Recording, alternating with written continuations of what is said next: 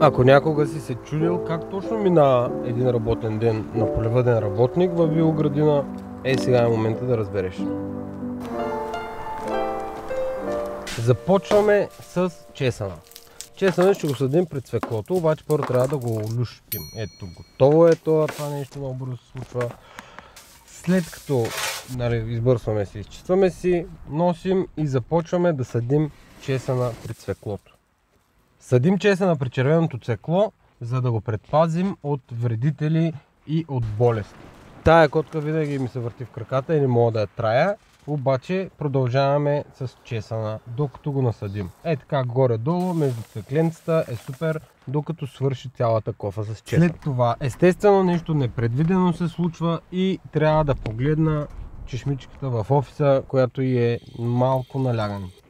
Пробвам гениалната идея да отвия тая джаджа от чешмата, обаче естествено не се получава точно както искам и то се изкривява. Отвътре излизат 4 такива решетчици, които бяха запушени, изкарвам ги всичките и се опитвам отново да го штракна. Имаше още нещо, дето вътре иска да го изкарам, но не се получи, но налягането се оправи.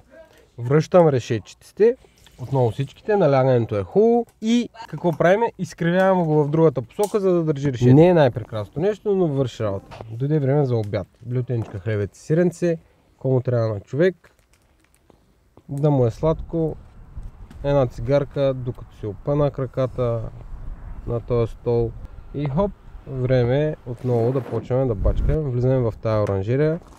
Какво ще правим? Трябва да се разредят репичките.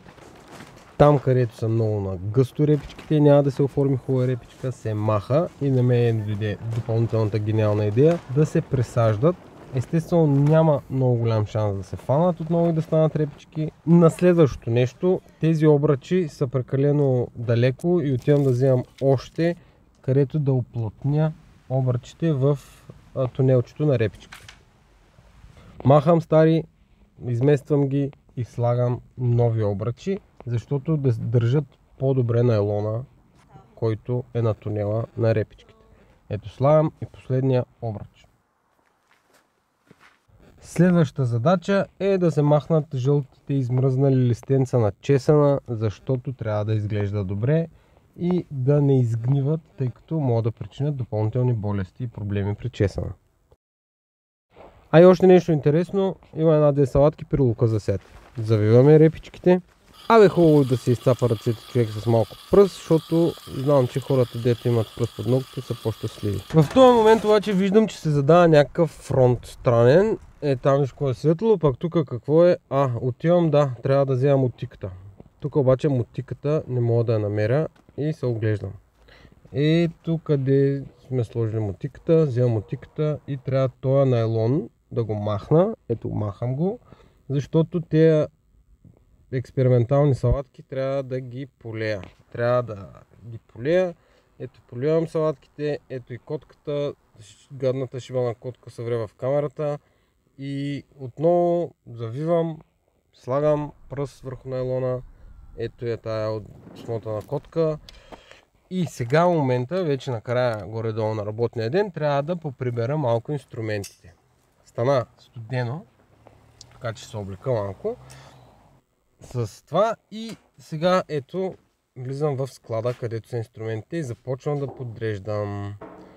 Не е най-интересното нещо да подреждаш, затова и не го правя толкова често колкото трябва.